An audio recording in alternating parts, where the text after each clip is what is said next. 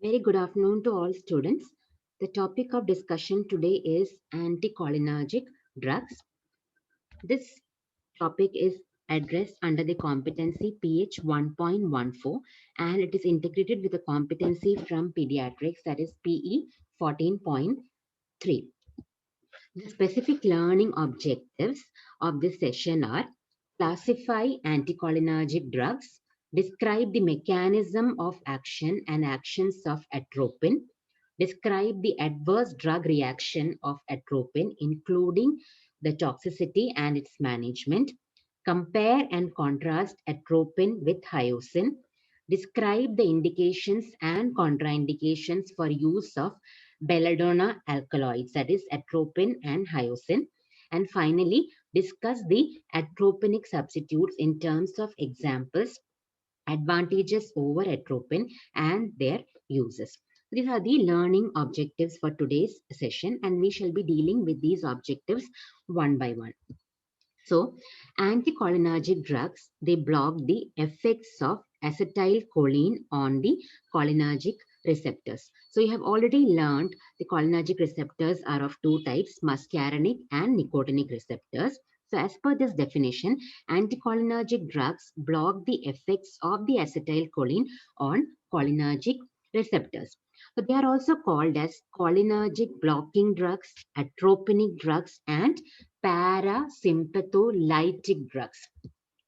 However, conventionally, only the antimuscarinic drugs are referred to as anticholinergic drugs. So I already told you the drugs which block the cholinergic receptors, that is, including muscarinic and nicotinic. So, ideally, it should be both the blockers should be called as anticholinergic. But for conventional uses, we are only referring to the drugs which are blocking the muscarinic receptors as the anticholinergic drugs. This is mainly because the nicotinic blockers, they can be either the neuromuscular blockers, that is blocking the NM receptors, and ganglionic blockers, which are blocking the NN receptors.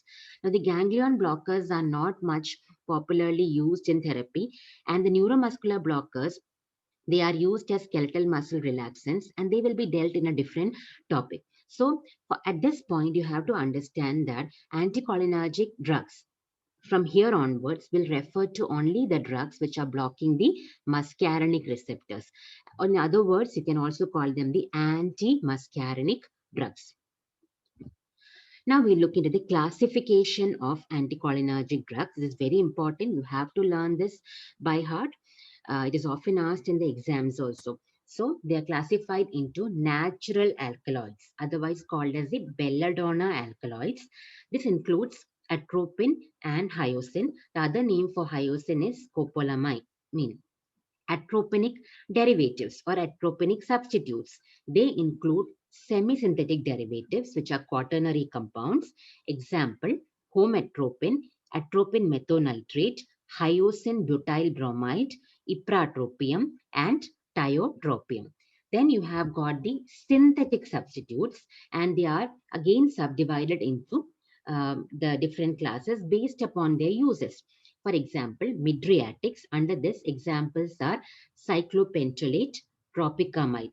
Anti-secretory, antispasmodic drugs, examples propanthelene, oxyphenonium, dicyclomine, glycopyrrolate, etc. Vasicoselective, that is the ones which are selectively acting on the urinary bladder. Example, oxybutynin, flavoxate, tolterodine, etc. Then anti-Parkinsonian drugs, which are centrally acting anticholinergic drugs. Example, trihexyphenidyl, otherwise called as benzhexol.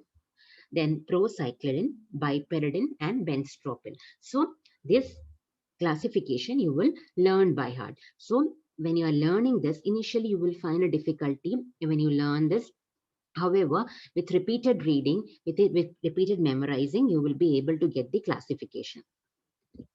Now we'll start with the natural alkaloids, under which we are having two, that is atropine and hyoscine, of which atropine is the most important therapeutically. So atropine is obtained from Atropa belladonna, otherwise called as deadly nightshade, or Datura stramonium, or Jimson's weed. So I've shown you the pictures. This is also will be there in your record books and will be taken up as a spotter. Then the mechanism of action of atropine, it binds to the muscarinic receptors and blocks the effect of acetylcholine and other cholinergic agonists on this receptor. This is by now should be clear to all of you. Atropine is non-selective antagonist on the muscarinic receptors and it will block all the subtypes, that is M1, M2, M3, everything will be blocked by atropine. So all the actions that you have learned under M1, M2, M3, that will be antagonized by atropine. Now we will see the actions of atropine one by one. So the actions on cardiovascular system.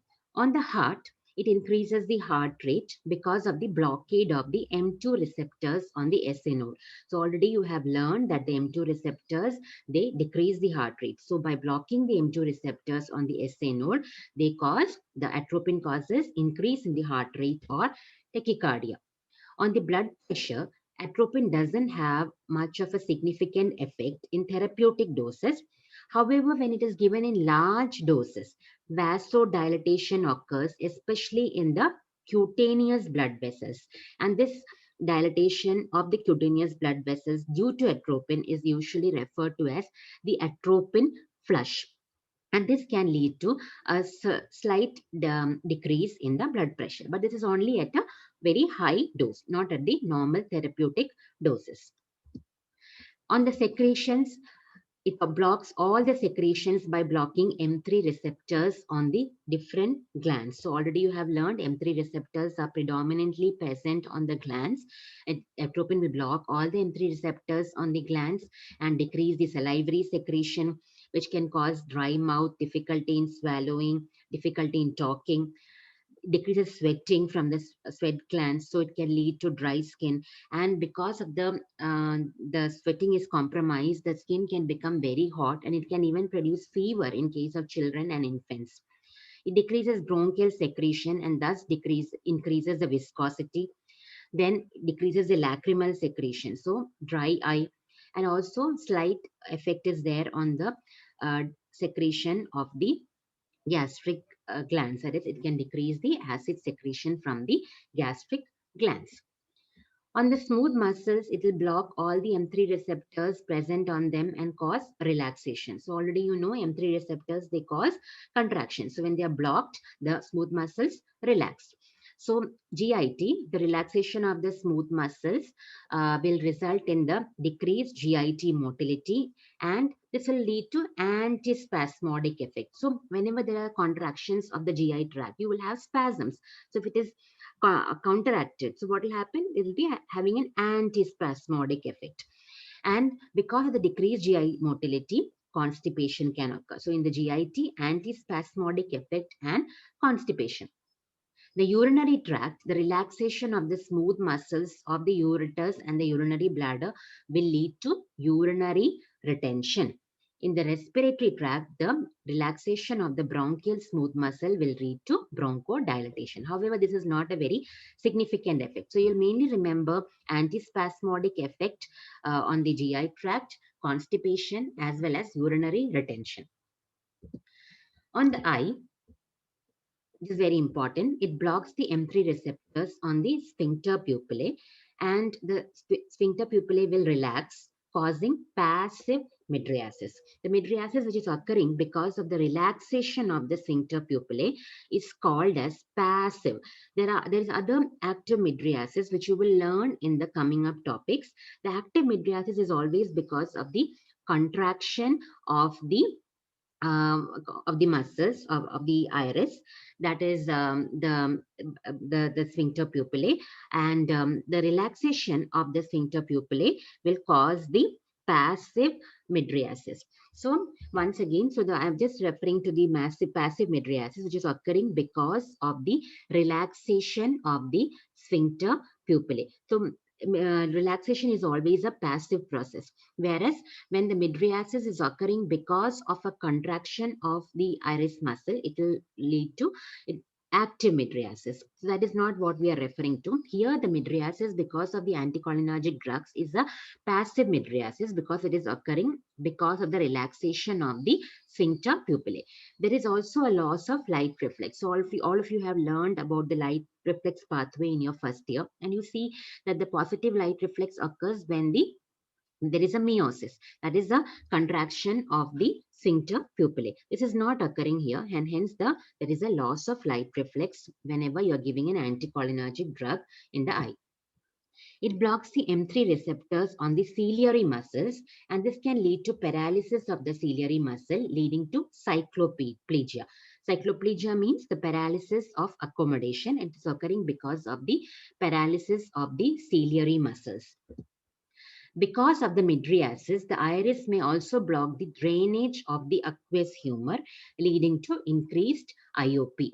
So, the effects of atropine on the eye is passive mydriasis, loss of light reflex, cycloplegia, and increased intraocular pressure. And other than that, even it causes a dry eye because of the decreased secretions from the lacrimal glands.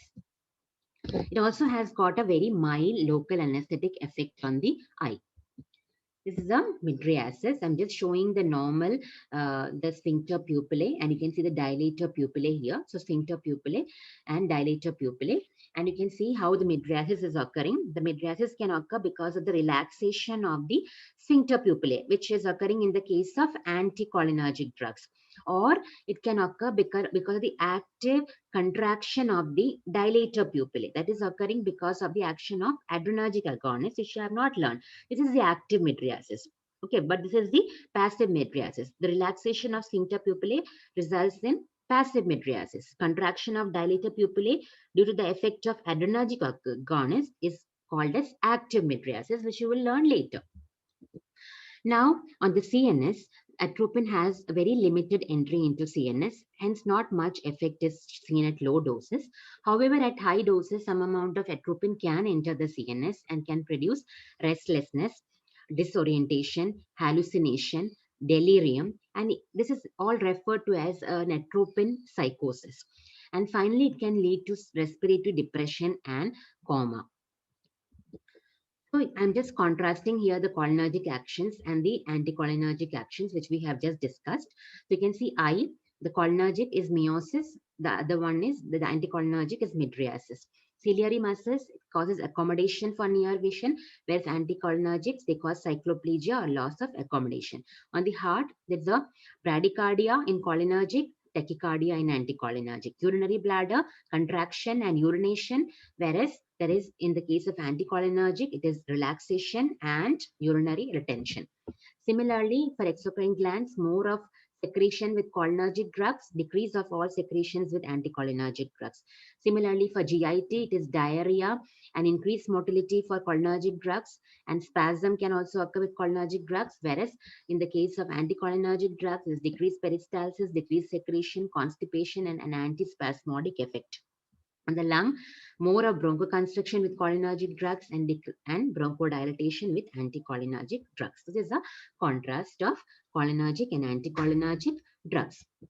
Now we'll see the pharmacokinetics and dose of atropine. So atropine is rapidly absorbed from the GIT by the oral route. It penetrates the cornea well, limited entry into CNS.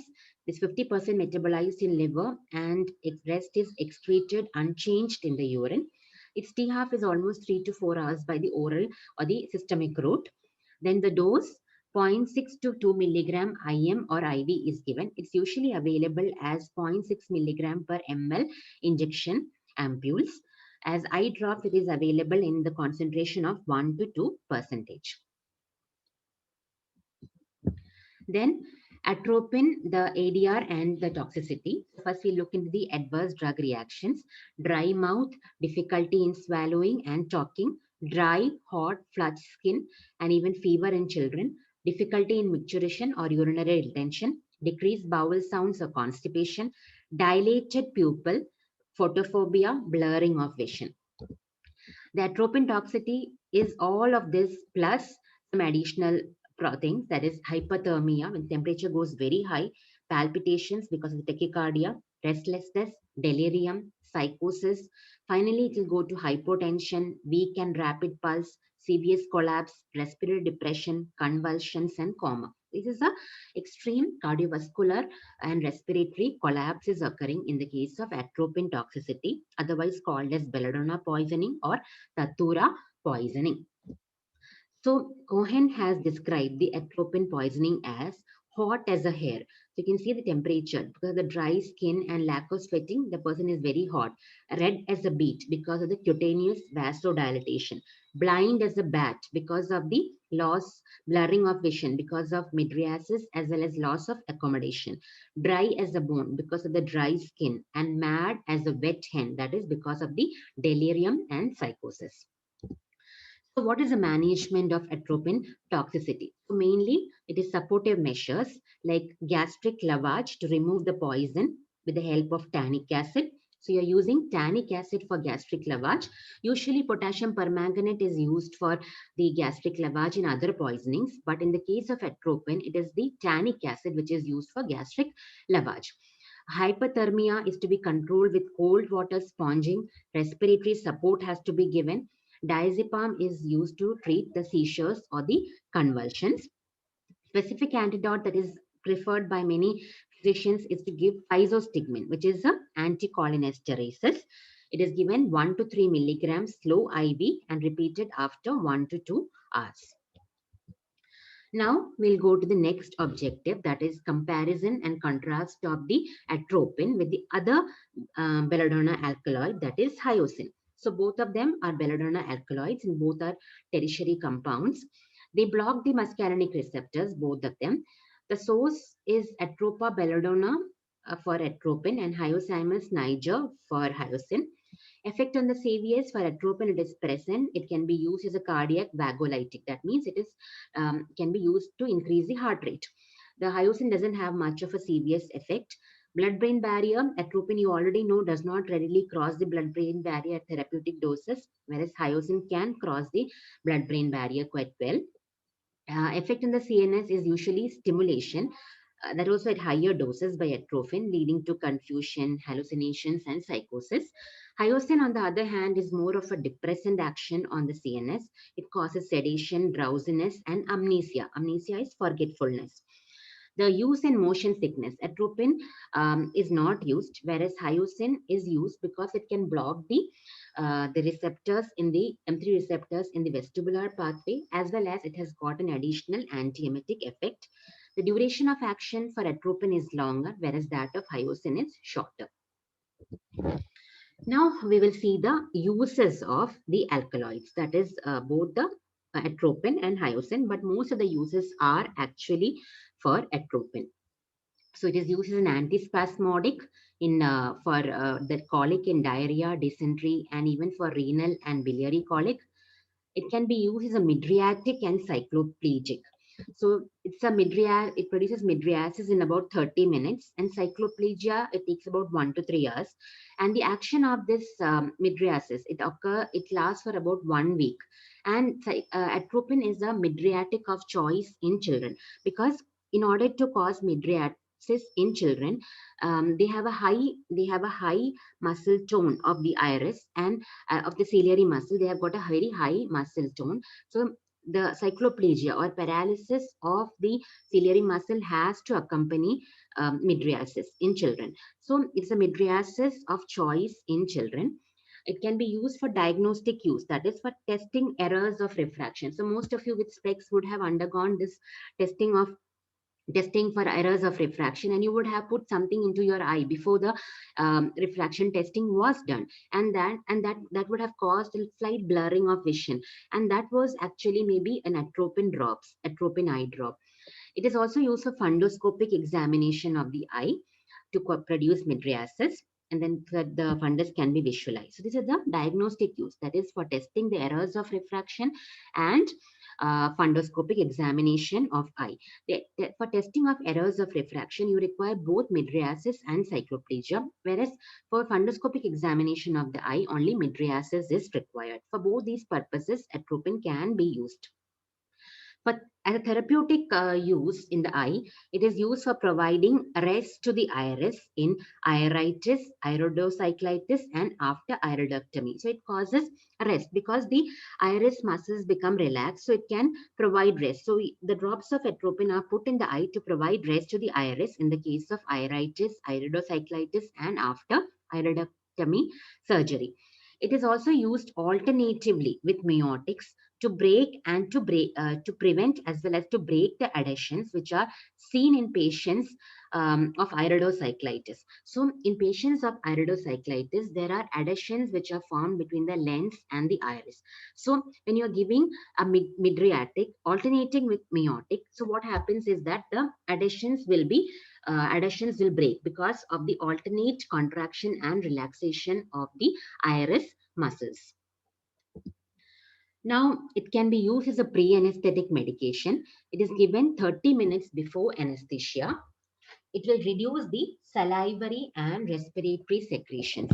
So it is very essential to reduce the salivary and respiratory secretions before anesthesia or surgery is done, because if excess secretion is there, it can lead to laryngospasm. So it is given 30 minutes before anesthesia. It reduces the salivary and respiratory secretions, and also which will prevent laryngospasm. It will also prevent bradycardia, which can be associated with some surgery. So there are two purposes. One is to decrease the salivary and respiratory secretion, and thus to prevent laryngospasm and aspiration pneumonia. And the next one is to prevent the bradycardia associated with some of the anesthetics. Atropine is also used as an antidote in certain poisonings, which we have already discussed, that is organophosphate poisoning, mushroom poisoning, and even in the case of curare poisoning, which you will learn later on in your syllabus. It is used along with the neostigmine. So, organophosphate poisoning and mushroom poisoning, atropine is used as an antidote. You have already studied that, and you have learned the reason also why it is used as an atropine, as an antidote. In cardiovascular disorders, atropine is given when there is bradycardia or partial heart block. The atropine can act as a vagolytic, that is, it will decrease the excess vagal tone and increase the heart rate.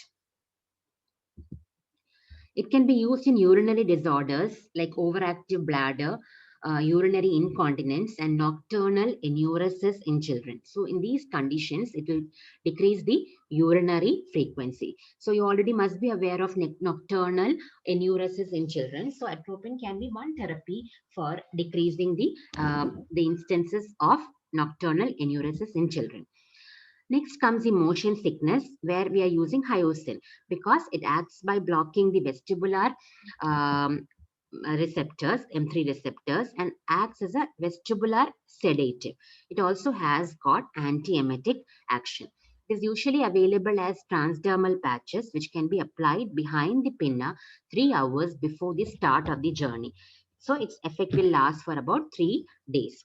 So and other uses are bronchial asthma, peptic ulcer, and Parkinsonism. However, atropinic substitutes are preferred over atropine in these conditions. This is a transdermal scopolamine. You can see how it is placed behind the pinna 3 hours before the start of the journey, and this will act for about 1 to 3 days. So once again, the uses can be summarized as an antispasmodic, as mydriatic and cycloplegic, as pre-anesthetic medication in certain poisonings, in bradycardia and partial heart block, in urinary disorders. Scopolamine has only, hyoscine or scopolamine has only one use, that is in the motion sickness. The contraindications for the use of belladonna alkaloids, they should not be used in glaucoma because they can increase the intraocular tension. Prostate hypertrophy in old patients, it is contraindicated in patients because it can aggravate the urinary retention, which could already be there in them because of the prostate hypertrophy. The related contraindications are that is, you have to avoid it in cases of patients who are having tachycardia, constipation, and in children. It is better to avoid children. In case of children also, you can avoid the atropine. But as an eye drop for mydriasis, it is the preferred drug in children. However, the other systemic use can be avoided in children because they can lead to high fever and all in children. That finishes the natural alkaloids, that is atropine and scopolamine. Now we'll be looking into the atropinic substitutes. So this can come as a separate short note also. So these are semi-synthetic or synthetic derivatives of atropine having more selective actions on certain functions. So I already told you the natural alkaloids, they are non-selective. They are blocking all the receptors. So they can end up with certain adverse effects. So we are having these substitutes which are selectively acting on certain receptors or on certain organs. So some of these substitutes are tertiary compounds, whereas the others are quaternary compounds. The quaternary compounds have incomplete oral absorption, poor penetration in the eye or the brain, and longer action due to slow elimination. And some may even have some additional side effects because of the additional nicotinic blockade. So these are some of the peculiar features of the quaternary compounds only, not the tertiary compounds, only the quaternary compounds. Now, I have just summed up the atropinic substitutes examples once again. So, semisynthetic derivatives, quaternary compounds, hometropin used as a mydriatic, ipratropium bromide used in bronchial asthma and COPD, same with as tiotropium bromide. These are the three important atropinic substitutes under semisynthetic derivatives. Under synthetic derivatives, the same thing, mydriatics, antisecretory, antispasmodic, vesicoselective, and anti-Parkinsonian drugs, which we discussed in the classification. Once more, I have repeated it here. Now we'll see the uses of atropinic substitutes one by one. So, ipratropium or tiotropium, they block selectively the M3 receptors present on the bronchial muscles and produce bronchodilation. And they are used for regular prophylaxis in COPD and bronchial asthma. They are preferred more in COPD than in bronchial asthma. Propanthalline, oxyphenonium, clidium. They decrease the gastric acid secretion and they are used for peptic ulcer and dyspepsia. So you'll see that many of the tablets which are prescribed for peptic ulcer may contain propanthalline, oxyphenonium, or clidinium. Then dicyclomin, it blocks the M3 receptors on the smooth muscles and has antispasmodic actions. Additionally, it has got direct smooth muscle relaxation action also. So by blocking the M3 receptors, it will cause a relaxation of the smooth muscles. At the same time, it has got a direct smooth muscle relaxant action also. That means it is not involving any receptor. It can directly relax the smooth muscle. So because of these two actions, it is a very effective antispasmodic drug. And one of the more biggest advantages is that it will produce antispasmodic effect at a dose devoid of atropinic side effect. That means you will not get the side effects like dry mouth or dry skin, decrease in secretions. All these things will not be there with the dicyclomin, but it can produce the antispasmodic effect. So that is an advantage of dicyclomin. It produces antispasmodic effects at a dose devoid of atropinic side effects. It's a very popular antispasmodic used in abdominal colics, ureteric colics, dysmenorrhea. And you all would have seen this tablet, cyclopam. So you can see it is a combination of dicyclomin and paracetamol. And next time when anybody uses a cyclopam, you can remember it contains dicyclomin, which is an anticholinergic drug with the following advantages, which I have just discussed. Now we'll see the mydriatics, which are atropinic substitutes. Under this, you have got hometropin, cyclopentolate, and tropicamide. So you can see all of them are mydriatic and cycloplegic, except tropicamide, which is just a mydriatic. It is not having much of cycloplegia. When you see the onset of action, you can see that the onset of action of both these hometropin and cyclopentolate is around 1 hour, whereas tropicamide produces mydriasis very fast in 20 to 40 minutes. The duration of action is 1 to 3 days in hometropin, 1 day in cyclopentolate, and only 3 to 6 hours for tropicamide. So tropicamide is a shortest acting mydriatic. It is one of the very popular mydriatics which is used in the ophthalmology or outpatient departments to produce mydriasis, because the onset is very fast and the action only lasts for 3 to 6 hours. Then hometropin is not very much preferred for mydriasis in children.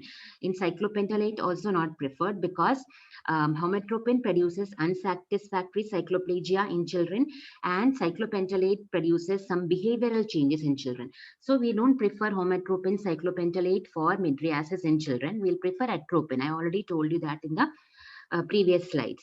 For adults, you can go in for tropicamide. It is the shortest acting mydriatic, and it is the one which is usually preferred because the patient can like the effect will be over but once the procedures or the testing is done. By the time the effect also will be over and the patient can resume his daily work. Then the glycopyrrolate, it is used as an anti-secretory in pre-anesthetic medication. We also mentioned atropine can be used in pre-anesthetic medication as an anti-secretory drug. However, it is preferred over atropine because it will not cross the blood-brain barrier. It is a quaternary compound, so it will not produce any CNS effects like atropine. Atropine, when it is given as a pre-anesthetic medication, can sometimes produce CNS effects. However, this is not crossing the blood-brain barrier at all because it's a quaternary compound, and hence there is no CNS effect with glycopyrrolate. Then oxybutynin, tolterodine, and flavoxate, they block the M3 receptors in bladder. They are vesicoselective. They decrease the bladder spasm, urinary frequency, and they are used for detusor, instability, urinary incontinence, and dysuria. Trihexyphenidyl, benzhexol, procyclidine, piperidine, benztropine, they're all centrally acting anticholinergics which are used in drug-induced Parkinsonism. So that was the summary of the atropinic substitutes. So with that, we have come to the end of the session.